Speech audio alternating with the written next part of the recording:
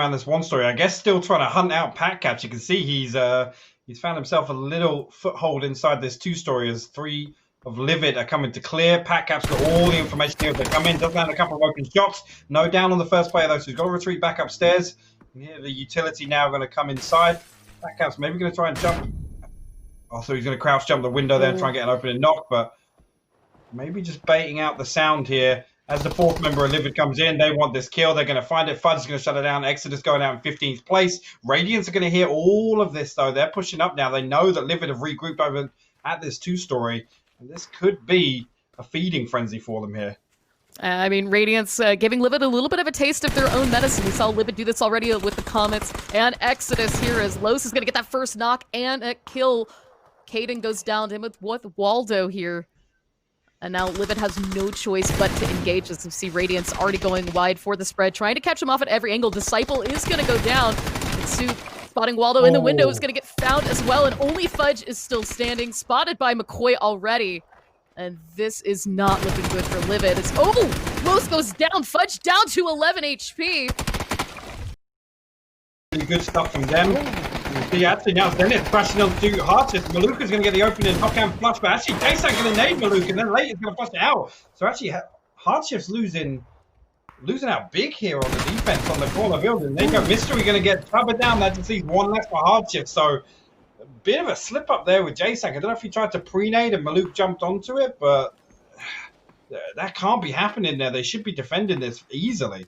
No, I mean, that nade especially, I don't know if it bounced wrong, maybe accidental underhand, or what happened in the communication, but I mean, where are you going to go here now? You've got to hold on to this a little bit longer as we now take a look at the Mountain Duel coming in for the push, but Tony V already found out by Darth, who will get taken down by Cherry as a 1-for-1 trade here. Duel trying to take out what's left of Everest as Atheris is going to get eliminated, but at the cost of 2 players, and there's no break here. Oath immediately coming to try to monopolize on this. So it looks like Snakers running straight for Cherry. I don't know if Duel has heard this at all. Yeah, he's going to get caught out. Cherry caught with a nade in his hand there. Snakers going to get the opening knock. That was not going to get flushed out just yet, but Wolf going to pull back. Wooly, the last one up, and I think he's just going to try and get himself away. Getting down into the dip on the side of Everest. So, Duel escaping with 1. Oath not necessarily clean up the kill point just yet. There you go. Bale's going to spot him out, and that will be Duel eliminated and elusive. Not sure they've got anywhere to really go. Actually, yeah, T-Stock actually going to fall there. Profi might get control of the rocks over here if he can. And actually, if Mime can pull up behind, it's going to be all 3 of Sonics getting themselves into... Okay, nearly. I mean, a little bit of help there from any trolls in chat as we saw Winnie get the knock and kill out. Like, made it a little bit easier rotation for Sonics as well. As we did kind of call it, this was going to be a Gatka play. Which of the Gatka compounds were going to be central here? Everest, though, still in the tip, and that's going to allow Oath to hold on to this a little bit longer. As we saw them try to extend down, push in. Too much of a pushback from Dodge. Went back up to the high ground to Everest to try to not only look for some additional points, but look for a new way into the zone. As Snakers, we get a beautiful headshot here on Innate. An elusive. Their compound, you can see they're trying to push onto Clueless. They're going to get an opening knock here, but it's a lot of ground to cover here. I don't think they can really get close enough to get into nade range. You can see a flash go. Okay, those aren't stunning anybody, but I was going to say, I actually think they're getting into nade range. You see how much ground they've got to cover. Look at that slow down a bit too much. Patrick will get the knock on Cobalt. That's going to slow things down even further. Raw Fresh and Sneak Attack, the last 2 up here. They are just inside here, Clover. Whether or not they decide to stay here with the smoke cover, you can see the line of sight from Oath. It's not going to make it easy for them.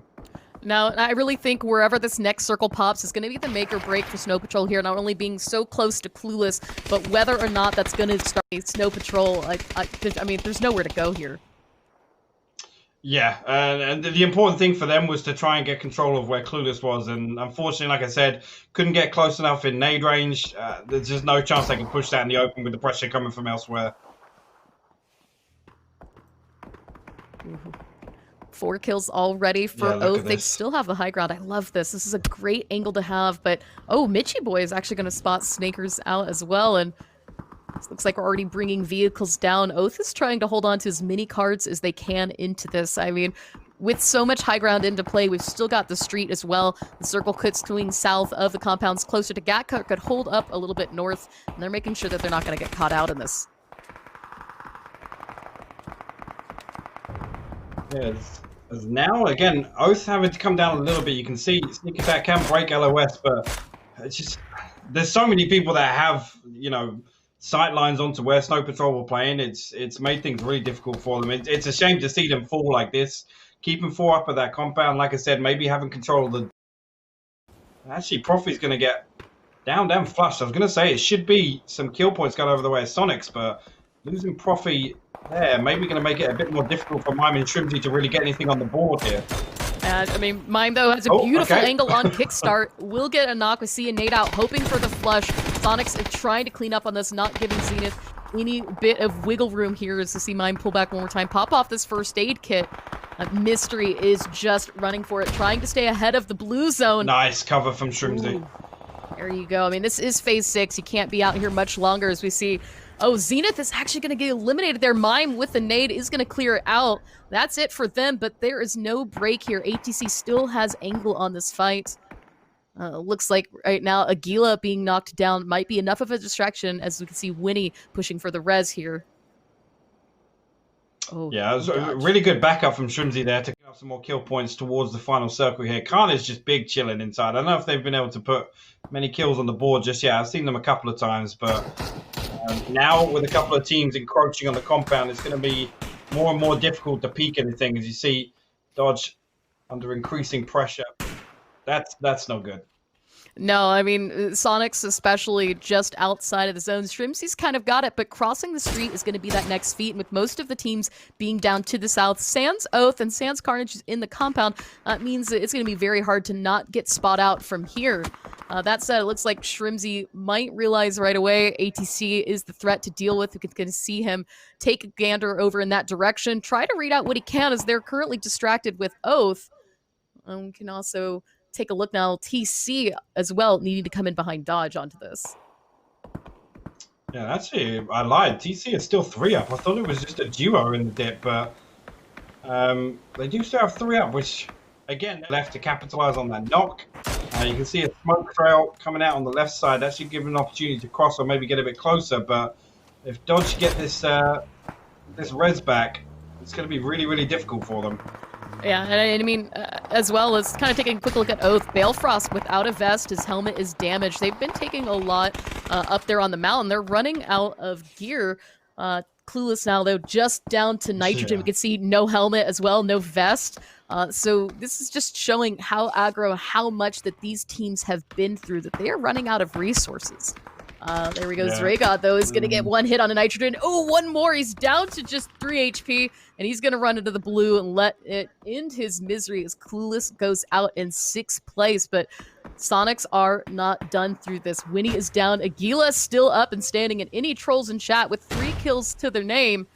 I'm going to try to hold this side of the road down from Sonics, but it's not going to work. They will go out.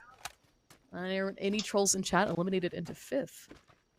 Yeah, and actually, Sonics, I guess, putting up a nice hold onto any trolls in chat there. I saw them a couple of times. Oath got one of the kill points as well, but Shrimzy and Mime still putting kills up. They're up to 7 total for Sonics. And not really bad considering, obviously, early on they were contested in particular. Lost H-Win, shift for Carnage again. And again, we weren't expecting this one to go anywhere but, you know, favouring the compound. But this one's slap bang on top of him. I think everybody except for Reno has to move on this. Now, we see Wolf coming down. He's going to try and crash in. Surely a blow up. He's not actually going to get blown up. Oath are actually going to have to get into the compound here. That's really, really bad. Mime's actually going to get all the way across the road. Oh my god, Mime is actually going to find safety in this. Did take on a lot of damage from Oath, but immediately all the teams realizing that this is the compound that you need to be with 4 alive, not wasting any time, but Maji is going to get that knock onto Snakers, and we've got a 2-2 split between 2 of these buildings here for Carnage, but Mime is right here as well. Shrimzy is going to need to still get across to try and help out, but an exchange there. Ripper is going to get the flush, but will he have enough time to get the res? Oh, here comes Shrimzy. Should be able to reset. Shrimzy's actually going to come up and try and follow up on this knock as well. And actually, hats off to Mime for perfectly timing it across there. Relo's actually going to find him, so that's going to be Sonics going down in 4th. But yeah, fantastic push across the road there. Mime timed that perfectly with Oath coming down the hill. He knew that Carnage were going to be occupied with that. Carnage are actually going to get the res off. They're going to be back 4 strong. Dodge, meanwhile, have managed to make it into the mansion here. Monty and Reno bolted in the ground floor. So all 3 teams making it into the compound now. Drago actually going to shut down Reno. Going to look for the second of the Monty. Going to repeat that. Monty actually going to get the down, but then traded out by Delta. That's Dodge going down in third. Into a 4v4 now, final 2 teams, Clover. I mean, I'm amazed that Carnage has been able to hold us. They've had not 1 but 2 separate pushes on each sides of these compounds. They've been able to hold it through, but Oath has not been without assistance on this. Oath with 7 kills. And as the circle closes, we're actually going to see that they will have the advantage. They won't have to move and might be able to pick apart Carnage, as they will have to leave in groups of 2 for this. And actually, the star pretty much favoring Oath, Clover, to be honest. Short of a throw here, this should be a game 1 win for Oath. But see if Carnage can cause an upset here. Wolf's already up on the roof. It's a fantastic angle. You can actually see a second player over on the other building. Snake is going to actually join him up on the roof as well here. This is this is going to be really tough for Carnage. I mean, kudos to them for picking up 6 kills. Before all of this started, they were only sitting at 1. But again, as we said, they're going to have to take the push. They're going to have to go to Oath. Oath has the angle. They've got the roofs. This is going to make it pretty much impossible for Carnage to push in without being seen. They have no choice but to take out all the players of Oath here. And with this coverage, you can see Snakers right now is a bit hard for them to catch. I mean, it's going to be difficult push for them here. 1 minute and 45 seconds until this blue zone closes entirely. We can see they're already prepping for the smokes. They know where they've got to go. If they can make it up to the compound without being spotted, I think that is their best bet to then try and clear out Oath on the ground level, get them off these roofs. But Molotov is actually going to pull Snakers off, and that's going to work to their advantage. They can start making that push now. Just need to get the rest of the players off these roofs. Well, that second volley actually landed on Snakers as well. You can see it ticking down the damage. In the background, fantastic nade coming up on top of Belfast as well. Oh, and a flash as well. Carnage trying to make moves here. Really good utility usage from him, cutting off some of these angles. I was going to say, Oath are in a dominant position. Delta's actually going to get the open knock. Yeah, they got into the unpushable underneath Oath here. Delta going to flush that one out. So Oath will be down to 3 here. You can see them all getting up onto the same building. This is exactly what Carnage needed, as we kind of said. They needed to push this building and take away that roof advantage from Oath Gaming. That said, we are going to lose Maji. Uh-oh. Down to just Ripper now. He's the only one still standing. Relo will go down, but it might not be enough here. Carnage has got to hold on to this a little bit longer, looking for the center part of the zone. He's got 5 first aids. This could potentially come down to a heal-off, but, I mean, Oath could take this here. So it looks like Ripper might have a sight on Reload, at the very least picking up this point. He's going to find it. That's 8 kills now for Carnage Gaming. As we kind of take a look here. Still 2 up. Looking for that angle. Wolf's going to go down. Ripper, he's just a 1v1. Can he hold on to this? Cut on the vault, though. Oath is going to win it in the end. 11.